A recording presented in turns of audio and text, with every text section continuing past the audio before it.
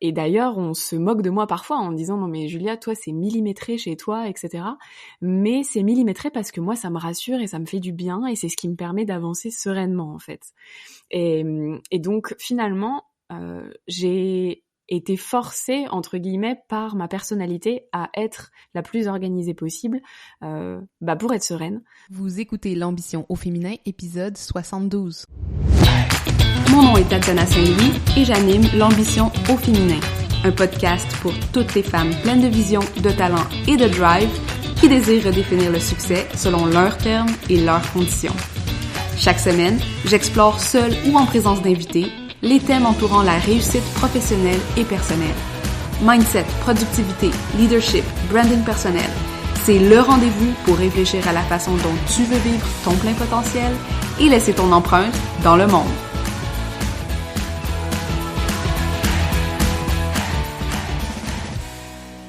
Salut les ambitieuses, comment vous allez aujourd'hui? J'espère que je vous retrouve en forme pour ce nouvel épisode de l'ambition au féminin. J'espère que vous êtes dans un mood d'abondance, de joie, de plaisir. Je sais que moi je le suis, donc je vous accueille aujourd'hui dans un épisode où on va parler organisation et plus spécifiquement, on va parler de mon outil d'organisation préféré, ma révélation, je dirais, des 2 dernières années, un outil avec lequel je suis en amour. Si vous me suivez sur Instagram, vous êtes peut-être tanné que j'en parle, mais tout le monde sait que je suis une fan finie de Notion.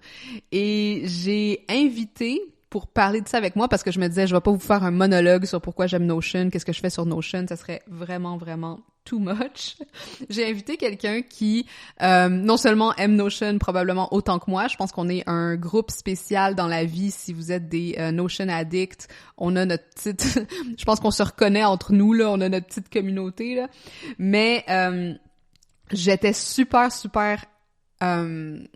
en joie, où j'étais vraiment enthousiasmée quand j'ai vu que Julia Couder, la fondatrice de I Don't Think I Feel, qui était une entrepreneure que je suis depuis mes tout débuts, une pionnière, une précurseur dans tout ce qui est business web, avait inclus dans le bundle catching une formation sur Notion. Puis j'étais comme, oh my god, je la suis depuis le début d'Aime ta marque. Elle m'a aidé à façonner un peu aussi l'entreprise que j'ai aujourd'hui.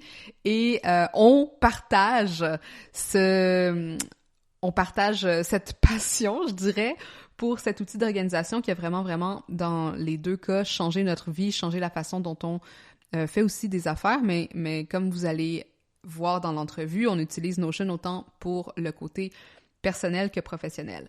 Donc, Julia Couder, elle est fan inconditionnelle de production de contenu pour le web et d'organisation. Et au quotidien, ce qu'elle fait, c'est qu'elle aide les freelances ou les pigistes et les entrepreneurs à développer leur entreprise sur le web. Tout simple comme ça. Sérieusement, si vous la connaissez pas encore, je vous invite fortement à aller voir tout le contenu d'excellente qualité qu'elle crée, autant sur Instagram que sur son blog et voilà.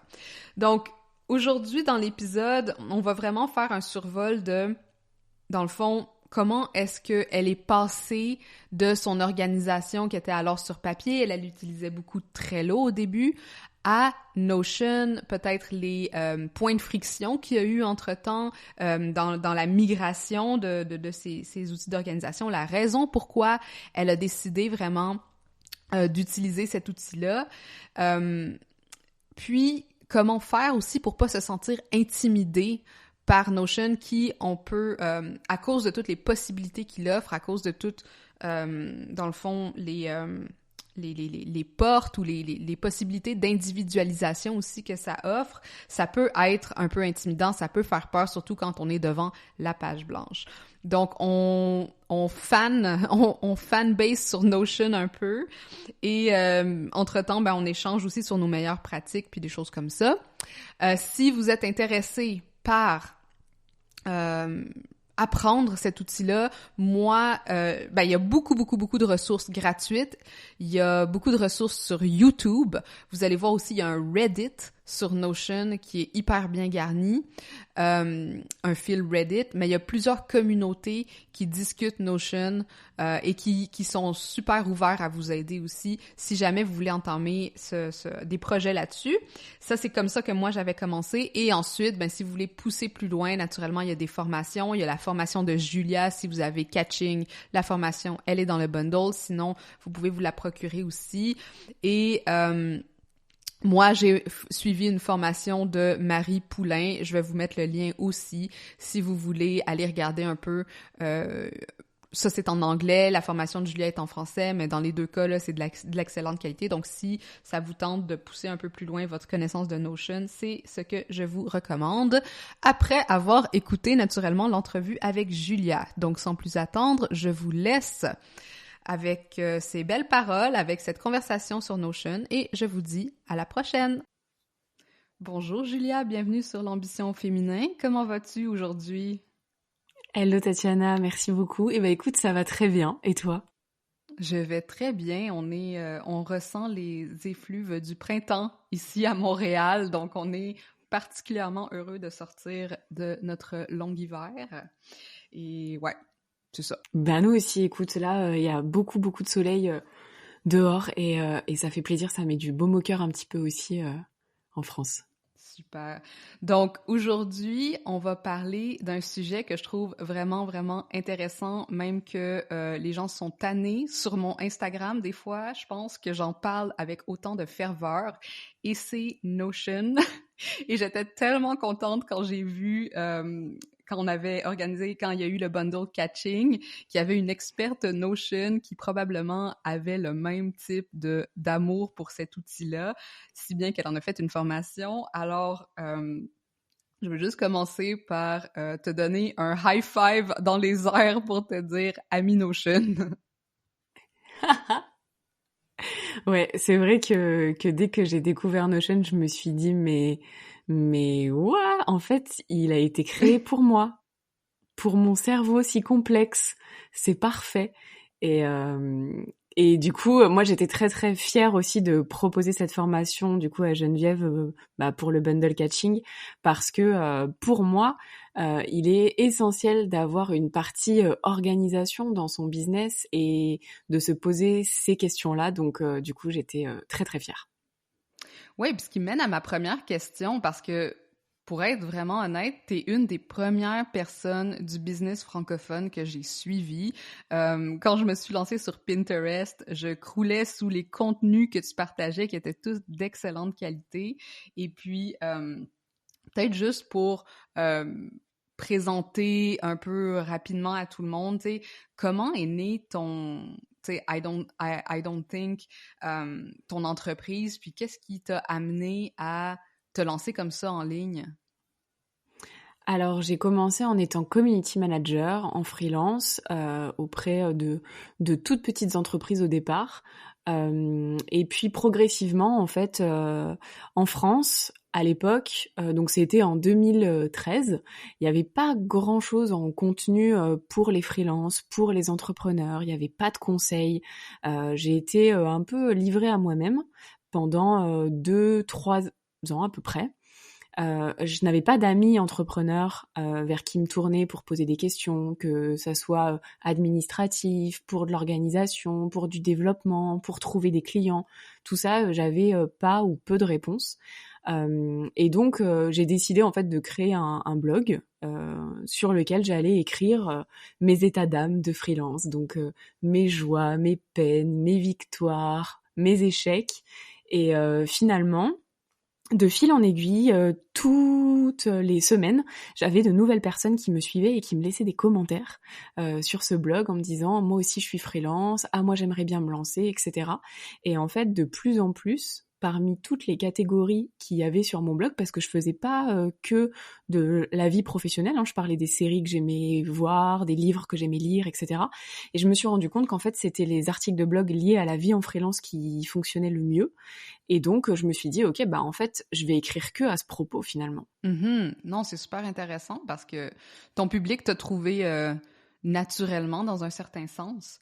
Puis, est-ce que t'as toujours été aussi organisé, tu sais, parce que j'imagine que justement, t'as créé tes propres outils au fur et à mesure. T'es comme un peu, en anglais, on dit trailblazer, quelqu'un qui va comme créer le chemin devant elle. Est-ce que, euh, est-ce que ça a été comme difficile pour toi? Est-ce que tu t'inspirais genre de d'autres sources peut-être qui étaient du côté américain ou des choses comme ça? Ou c'est vraiment toi qui as créé ta structure de travail, créé ta structure professionnelle et ensuite ta structure de créatrice de contenu? Alors en fait, quand j'étais à l'école, j'étais pas du tout organisée, par exemple. Donc c'est vraiment le jour et la nuit, la Julia d'avant et la Julia de maintenant.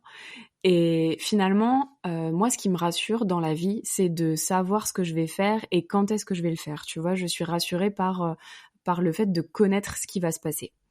Et la seule solution dans une vie professionnelle indépendante où tu sais jamais ce qui va se passer, la seule solution pour maîtriser un peu ça et pour que psychologiquement j'aille bien, tu vois, c'était de prévoir un maximum de choses et donc d'être hyper organisée. Et d'ailleurs, on se moque de moi parfois en disant non mais Julia, toi c'est millimétré chez toi, etc. Mais c'est millimétré parce que moi ça me rassure et ça me fait du bien et c'est ce qui me permet d'avancer sereinement en fait. Et donc finalement, j'ai été forcée entre guillemets par ma personnalité à être la plus organisée possible, pour être sereine. Donc c'est petit à petit en fait que j'ai créé mes systèmes d'organisation. Je me suis pas inspirée à droite à gauche pour le coup parce que je trouve que c'est très personnel une organisation. Je me suis beaucoup inspirée des outils par contre parce que ça m'a beaucoup aidé. J'ai commencé par Trello et en fait je me suis créé mes petits process petit à petit où je me disais ok donc en premier je fais ça, puis ensuite je fais ça et ensuite je fais ça. Et en fait, au fur et à mesure, il y avait des process qui fonctionnaient, des process qui fonctionnaient pas, et donc j'ai tout amélioré pour faire en sorte que, finalement, mes process et mon organisation correspondent à ma vie, à ma façon de travailler, et finalement, ça marche plutôt pas mal. Donc j'ai décidé de partager un max de mes conseils sur Instagram, sur le blog, voilà, parce que je me dis que peut-être que mon système d'organisation peut convenir à d'autres. Absolument. Puis je pense que tu as mis le doigt sur quelque chose de super important aussi. Puis ma relation à l'organisation est aussi assez proche de la tienne, dans le sens que il y a eu un temps dans ma vie où j'étais vraiment, vraiment très régimentée, moi aussi. Puis c'était pour pallier à cette dose de, des fois, angoisse ou peut-être perte de compte, sensation de pas avoir le contrôle sur certaines choses. Puis je pense que d'organiser son espace de travail, son espace de vie, puis tout ça, ça peut amener cette sérénité, comme tu dis si bien.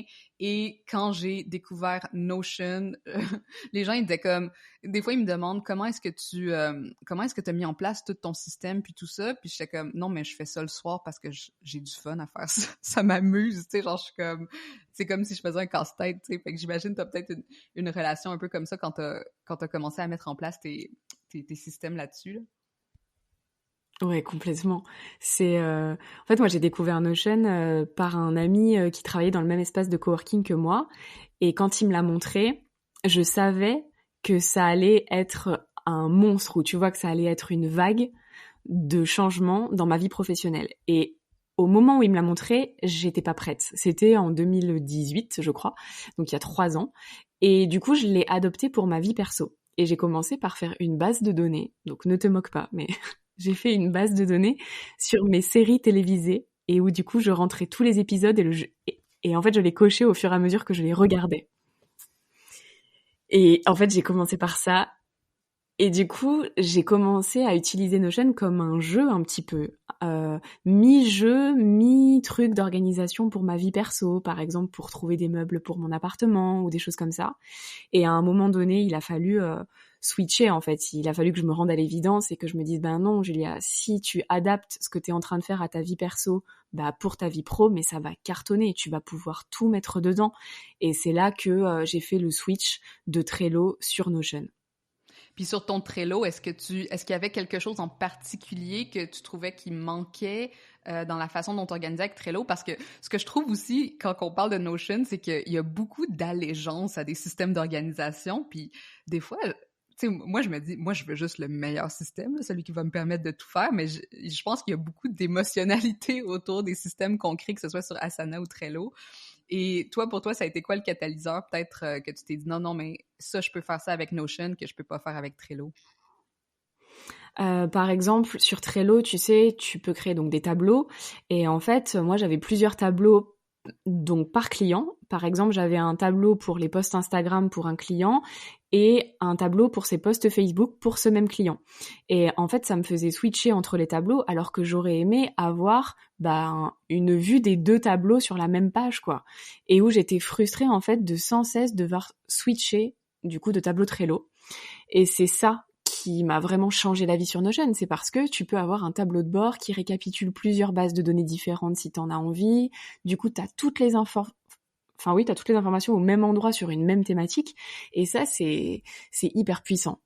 Ouais, définitivement. Puis est-ce que t'as été, tu sais, accompagnée? Là, je sais, en tout cas, moi, je parle beaucoup des Américains parce que je consomme beaucoup de leur contenu, mais quand j'ai fait un peu comme toi où j'avais commencé avec, on dirait, les côtés perso, puis j'ai comme travaillé un peu là-dessus, mais à un moment donné, ça a switché que c'était comme, OK, je suis prête à le mettre en place pour ma business, mais j'avais aussi beaucoup regardé, tu sais, il y a beaucoup de chaînes YouTube, parce qu'encore une fois, c'est comme une mini-secte un peu, genre les gens qui aiment Notion, ils sont comme, ils veulent partager tout ce qu'ils connaissent, là, puis c'est genre, il y a tellement de contenu gratuit là-dessus. Est-ce que tu as commencé par une partie de ta business ou tu t'es... Tu sais, OK, excuse-moi, ma question est super longue et galvaudée. En fait, c'est comment tu as fait le transfert du papier à Notion? Est-ce que tu as comme commencé à planifier aussi peut-être ton organisation d'abord ou tu es allé très organiquement avec ce que tu voulais juste commencer à explorer au niveau professionnel? En fait, je me suis rendu compte que ce qui me manquait, mais pas que par rapport à Trello, genre en général, je me suis rendu compte qu'il me manquait une vision d'ensemble à 360 de tous les domaines de mon entreprise. Que j'avais besoin en gros d'un espace qui servait au développement, un espace qui servait à la compta, un espace qui servait à la gestion des membres par exemple de mon groupe Facebook. Et en fait, j'avais vraiment besoin de cette vision à 360 pour pouvoir me dire ok, ça c'est rangé là, ok, ça c'est ici, maintenant ce qu'il faut que je travaille c'est là-dessus, donc du coup je vais me faire un tableau de bord là-dessus. Et en fait, c'est cette vision d'ensemble où moi, en gros, sur mon espace Notion, j'ai tout rangé dans des tiroirs qui portent des noms très très simples. Où par exemple, t'as un gros tiroir ou plutôt une grande commode avec plusieurs tiroirs à l'intérieur. Je pense que tu vois où je veux en venir. Mm-hmm. Où j'ai une commode, par exemple, contenu, j'ai une commode communauté, j'ai une commode gestion, etc. Et à l'intérieur de chacune, il y a des sous-parties. Et en fait, c'était ce système-là qui me manquait. J'avais vraiment besoin de ranger tout ce qu'il y avait dans mon cerveau. Donc que ce soit des choses très très factuelles comme de la comptabilité, mais comme ce soit comme des idées par exemple, parce que j'avais l'impression d'avoir trop de choses dans mon cerveau et je faisais trop confiance à mon cerveau, et sauf que c'est pas un disque dur. Et que j'avais besoin à un moment donné de tout vider quelque part pour ne pas compter sur lui tout le temps et pour baisser finalement la charge mentale qui s'accumulait dans ma tête, parce que plus t'as des responsabilités, plus par exemple ta communauté grandit, moins tu peux retenir le nom des gens avec qui tu parles, qui fait quoi, etc. Et moi j'avais vraiment envie de tout noter en fait et de tout me rappeler. Et c'était pas possible de demander ça à mon cerveau. Et donc Notion a été vraiment un sauveur en fait pour ça. Et du coup me permet à la fois d'avoir cette vue à 360 et de tout stocker sans être frustrée de pas me souvenir ou des choses comme ça. Ouais, définitivement. Depuis, c'est ça, les clients, le réseau, la compta, comme tu dis. Qu'est-ce qu'il y a d'autre aussi sur le Notion que je trouve vraiment intéressant? Même la planification annuelle, la planification hebdomadaire, tu sais, tout ça, on peut avoir des systèmes pour le mettre en place à ce niveau-là. Qu'est-ce que tu suggères à quelqu'un qui veut essayer? Parce que, encore une fois, on l'a dit, là, c'est un peu intimidant quand même, Notion. C'est un canevas blanc. Hein, on peut tout faire, mais par où on commence? Puis je pense que c'est ce qui empêche les gens peut-être à se lancer. Toi, que ce soit dans ta formation ou dans la façon dont tu approches le tout, qu'est-ce que tu suggérerais à quelqu'un qui veut se tremper les doigts là-dedans, les orteils, mais qui a un petit peu peur, qui est un peu angoissé avec le monstre Notion? C'est vrai que c'est hyper intimidant quand t'arrives sur cette page vide, quand tu crées ton compte et que t'arrives au tout début et que tout est vide et que tu sais pas comment ça fonctionne, c'est hyper impressionnant. Moi, ce que je dis dans la formation, c'est qu'il faut arriver à lâcher prise au départ, parce qu'on a envie du coup de vider tout notre cerveau dessus en fait. C'est-à-dire qu'une fois qu'on voit quelques vidéos sur YouTube, qu'on voit quelques templates, etc., et qu'on commence à se rendre compte de tout ce qu'il est possible de faire, bah du coup tout de suite on a envie de tout faire et que tout soit prêt dans la minute. Et ça c'est juste impossible parce que créer un espace Notion de zéro, ça prend des heures et des heures et des heures. Mais ce qui est génial, c'est que ces heures passées, c'est pas des heures pénibles. Je sais pas ce que toi t'en penses, mais moi je trouve que c'est la récréation un peu. C'est un bonbon de faire ça. Je trouve que c'est un mix entre un jeu comme des Lego, mais aussi un petit peu de rangement de cerveau en fait finalement. On se soulage de tout ce qu'il y a dans notre tête. On range du coup par catégorie et je trouve ça hyper stimulant, je trouve ça hyper reposant et c'est peut-être pour ça aussi qu'on a tendance à le faire le soir parce que on a peut-être un petit peu la sensation que ça nous permet de vider notre cerveau avant d'aller dormir, voilà. Donc mon principal conseil, c'est d'y aller petit à petit, de ne pas vouloir tout faire tout de suite, parce que de toute façon, on n'y arrive pas. Un espace de travail Notion n'est jamais terminé. Le mien n'est pas terminé. Le tien, peut-être, Tatiana, n'est pas terminé non plus. Parce qu'en fait, il est en perpétuelle évolution en fonction de nos besoins. Donc, il faut y aller petit à petit. Il faut commencer par ce qui nous soulage le plus ou alors ce dont on a le plus besoin dans notre business pour nous organiser, ce qui est le plus urgent. Et puis, après, y consacrer peut-être, 30 minutes, 1 heure par jour. Tranquille. Ouais, puis une chose puis là on en parle effectivement, c'est pour moi c'était thérapeutique aussi. Puis encore une fois, mon mari me voyait, puis j'avais le sourire aux lèvres quand je lui montrais ce que j'étais capable de faire sur Notion, qu'est-ce que j'avais découvert. Puis là il était comme OK, c'est comme c'est ton monde.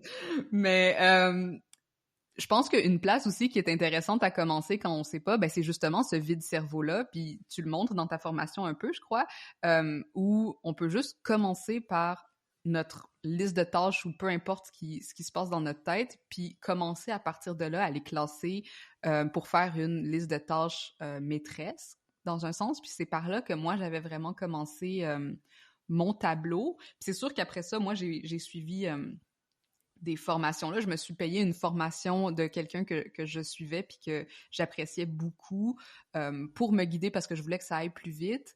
Mais, tu sais, dans le cas de beaucoup de personnes, là, ils ont acheté ta formation sur Catching, mais je pense qu'encore une fois, il y a beaucoup de choses qu'on peut découvrir aussi par soi-même ou gratuitement en ligne. Oui. En fait, l'essentiel, c'est de mettre les mains dans l'outil et c'est de faire des tests. C'est de faire des tests, c'est de manipuler, c'est de créer des bases de données, c'est de tout casser parfois pour tout refaire. Parce qu'en fait, finalement, il faut le voir vraiment comme un jeu, il faut le voir comme des Lego et il faut, je pense, se faire la main donc dessus, où tu peux effectivement aller voir des vidéos sur YouTube, parce qu'il y en a beaucoup, beaucoup, beaucoup, qui te permettent peut-être, parce que quelqu'un qui débarque sur Notion, il se dit, ok, mais qu'est-ce que je peux faire, en fait, concrètement? Et je pense que concrètement, on peut aller sur YouTube, et là, il y a des centaines de milliers d'idées, du coup, possibles et imaginables. On peut faire un journal de bord, on peut faire une base de données, donc justement, de toutes les séries qu'on est en train de regarder. Il y a beaucoup, beaucoup de choses, tant d'un point de vue perso que pro, qu'il est possible d'adopter. Et au final, on peut se laisser tenter par un tuto en ligne qui est gratuit pour essayer par soi-même. Et après, effectivement, si on a envie d'aller plus vite, parce que ça, mine de rien, ça prend du temps, si on veut aller plus vite, effectivement, prendre une formation où il y a déjà toutes les bases techniques qui sont là, plus des templates, c'est encore mieux. Ouais, puis les templates, je pense qu'on doit le mentionner parce que je pense qu'il y a beaucoup de gens qui ne savent pas que sur Notion, ce qui est vraiment génial, c'est que toi, moi, n'importe qui peut partager des façons qui ont organisé leurs propres espaces, puis il y a cette espèce de communauté qui se crée aussi autour de cette volonté d'organiser ses espaces ou son cerveau ou des choses comme ça. Fait que ça, c'est vraiment, vraiment génial je sais pas, j'imagine Trello aussi, tu peux faire quelque chose de semblable, ou Asana, mais je trouve que le côté communauté et aide dans Notion est vraiment intéressant.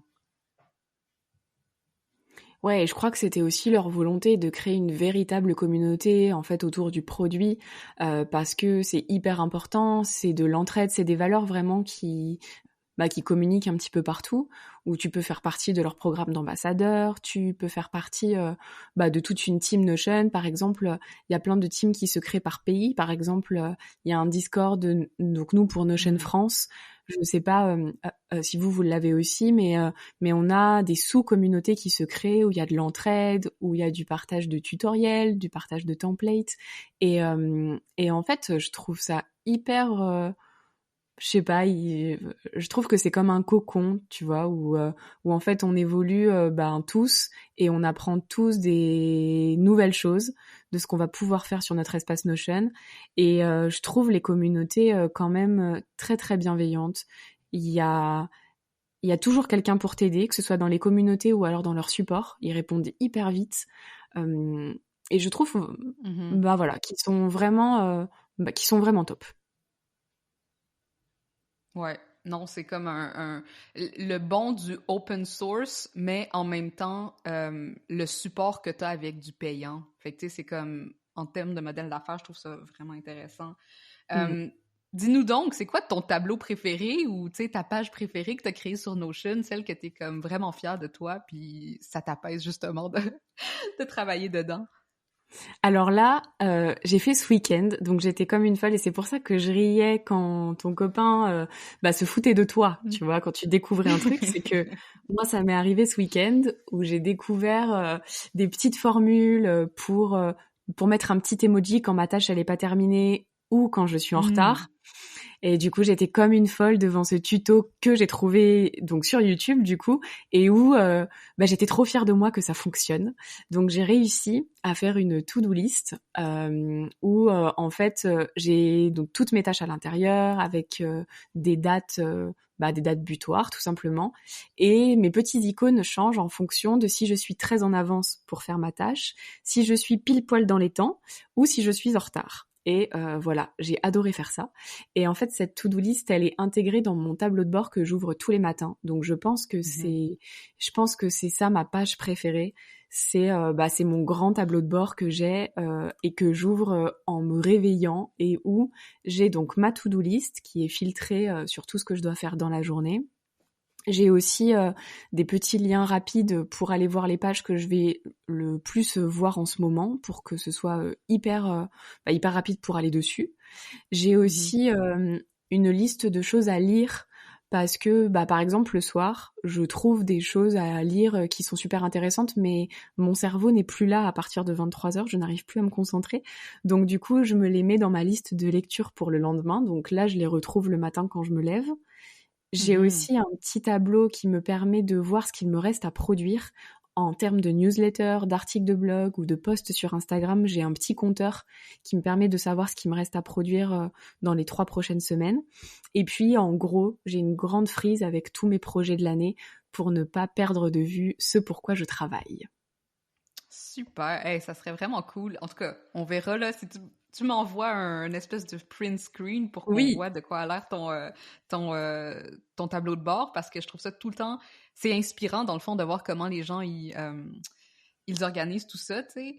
Moi, ce que j'aime, c'est ajouter toutes les semaines, je me fais un tarot, puis là, sur mon journal de bord hebdo, parce que je travaille par semaine comme ça, je peux voir les cartes que j'ai pigées, puis le petit message que je me suis donné par rapport à ça. Fait que, tu sais, il y a des petites choses qu'on peut ajouter pour que ce soit très, très, très personnalisé aussi, puis c'est intéressant. Mais c'est ça qui est génial, c'est que chacun en fait une utilisation qui est complètement différente, et c'est pour ça que c'est super intéressant comme outil. C'est parce qu'il s'adapte à ta personnalité, il s'adapte à la structure de ton cerveau, tu sais, à comment tu réfléchis et à toute ta logique finalement. Et ça, je trouve ça juste complètement fou. Et c'est d'ailleurs pour ça que dans la formation, j'ai mis des vidéos en fait de personnes qui nous font faire un petit room tour de leur espace, parce que moi, ma façon dont je montre Notion, ben c'est pas forcément la seule et l'unique façon de l'utiliser parce que il y en a des centaines de milliers et je trouve ça juste fou. Donc du coup, il y a aussi des gens qui nous font visiter comment ça se passe chez eux et tu sais, à chaque fois que tu regardes une vidéo, t'es là, waouh, mais moi aussi je veux ça, mais c'est trop bien, mais j'avais pas pensé à ça. Voilà, je trouve ça génial. Non, absolument. Puis peut-être avant de se quitter, puis ça c'est ma propre curiosité, tu sais, toi tu collabores autant avec des clients qu'avec avec Julie, ta partenaire en affaires. Puis est-ce que comment puis en plus, tu es une créatrice de contenu très prolifique, tu sais. Comment tu l'organises, toi, cette collaboration-là? Peut-être pour commencer avec tes clients, est-ce que tu leur donnes accès à tes journaux de bord? Parce que moi, j'ai commencé à faire ça, des portails clients, puis je trouve ça hyper intéressant pour communiquer aussi avec eux. Puis j'étais curieuse de savoir comment tu fonctionnes, toi. Oui, moi aussi, je leur fais une sorte de fiche client, en fait, et ils ont accès à cette fiche, et dedans, on a tout ce qui concerne leurs produits ou leurs services, le calendrier édito, parce que moi, je travaille avec eux, donc essentiellement pour publier sur leur blog et sur leur compte Instagram.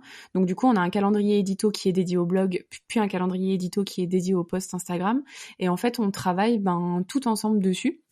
Pour que ce soit plus fluide, en fait, on se passe les fichiers au même endroit, on se laisse des petits mots, ou j'ai créé des petites box pour qu'on puisse se laisser des petits messages de temps en temps, ou des choses comme ça.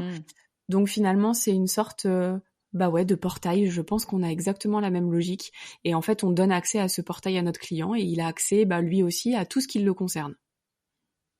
Ouais, puis ce qui est intéressant aussi avec Notion, c'est que les degrés de visibilité évoluent, fait que le client peut avoir accès à ce portail-là, mais en back-end, on peut avoir une page pour le projet lui-même où on se laisse des notes, où on garde par exemple nos factures ou des choses comme ça. Puis ça offre une certaine transparence aussi sur notre travail, tout en augmentant, je pense, l'expérience du client.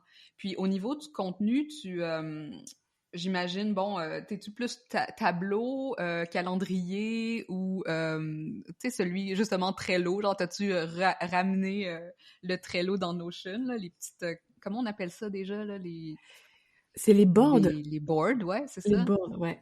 Alors, pour les clients, j'ai laissé la vue Trello, parce que du coup, on les a ramenés avec nous, finalement, sur Notion, parce qu'ils étaient sur Trello avec nous quand on travaillait. Donc, du coup, pour pas trop les perturber, on a laissé une vision Trello. Donc ça, c'est bien. Mais par contre, moi, j'aime trop faire des listes. Genre, je trouve la vue liste trop cool, où tu peux mettre tes petites propriétés à droite et tout, des petites stats. Moi, j'aime trop. Et après, moi, la vue tableur aussi, tu sais, avec tous les filtres que tu peux utiliser. Ouais. Et où ça, finalement, c'est hyper puissant. Quand tu sais utiliser des formules, c'est vraiment un truc de fou. Ouais, ça te calcule tout. Au niveau des dépenses, c'est vraiment fou aussi là, de pouvoir. Moi, ce que j'aime aussi me faire, c'est là, on pourrait genre parler pendant comme des heures sur qu'est-ce qu'on fait sur notre Notion. C'est clair. Mais tous les rappels aussi, tu sais, genre j'ai des paiements récurrents avec ma business, fait que j'aime ça avoir mes rappels de dire ok, ben là il y a un paiement qui passe ce mois-ci parce que il passe tout le 15 de chaque année, par exemple. Puis ouais, non, des choses comme ça. La petite dernière question que j'aurais pour toi, puis ça, encore une fois, c'est ma propre curiosité. Est-ce que tu fais des backups? Alors oui, j'en fais une fois toutes les 6 semaines, à peu près. J'ai un petit rappel dans ma to-do sur Notion qui me dit qu'il faut que je fasse une sauvegarde du coup, et je le fais à peu près toutes les 5 à 6 semaines. Tu le fais en quel format? Je fais un backup total où en gros ça me met tout dans un zip et où je mets ça sur Dropbox parce que moi tout mon système de sauvegarde est sur Dropbox en parallèle. Donc du coup je glisse tout ça là-bas. Non, parce que je me posais la question de comment j'allais intégrer ça parce que veux pas, il faut quand même le dire. Quand on met toute notre vie sur une technologie ou un système, tu sais, il faut savoir que si ça plante, ben on perd tout aussi, là. Tu sais, il y a ce risque-là, je pense qu'il faut garder en tête. Oui. Puis, tu sais, contrairement... quoique, si on avait du papier puis que le papier passait au feu, ça serait d'autres choses. Mais il y a ce risque-là. Et aussi, la chose avec Notion qu'on n'a pas encore, mais que j'imagine que tu attends tout autant fébrilement que moi, c'est des intégrations, que ce soit avec notre calendrier ou avec n'importe quel autre. Genre, je sais qu'ils travaillaient avec Zapier pour voir qu'est-ce qu'on va pouvoir créer comme intégration pour qu'il y ait des automatisations qui se fassent sur Notion, parce que pour le moment, il n'y en a pas. C'est ça, mais ils avaient dit Spring. Donc Spring, c'est maintenant. C'est maintenant, ça devrait arriver. Donc ouais, j'attends ça avec impatience. Ouais.